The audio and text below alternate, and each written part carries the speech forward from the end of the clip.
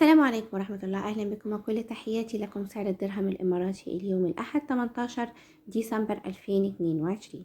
في البداية أرجو منكم الاشتراك في القناة وتفعيل الجرس وعمل لايك للفيديو ليصلكم كل جديد من حديث المدينة. سجل مصرف أبو ظبي الإسلامي وبنك المشرق 6 جنيه 72 قرش للشراء، 6 جنيه 73 قرش للبيع.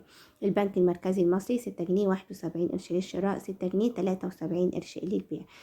بنك مصر 6 جنيه و70 قرش للشراء، 6 جنيه 71 قرش للبيع. بنك فيصل الإسلامي 6 جنيه 71 قرش للشراء، 6 جنيه 73 قرش للبيع. بنك بلوم 6 جنيه و70 قرش للشراء، 6 جنيه 73 قرش للبيع.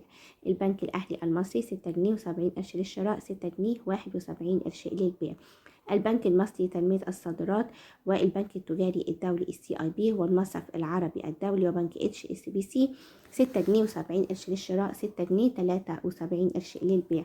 كريدي أجريكول وبنك قناة السويس وبنك الاستثمار العربي وبنك الإمارات دبي الوطني وبنك الإسكندرية وبنك قطر الوطني 6 جنيه 69 قرش للشراء، 6 جنيه 73 قرش للبيع.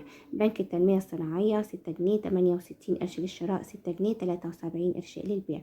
بنك أبو ظبي التجاري 6 جنيه 66 قرش للشراء، 6 جنيه 73 قرش للبيع. بنك الكويت الوطني 6 جنيه 74 قرش للشراء، 6 جنيه 76 قرش للبيع.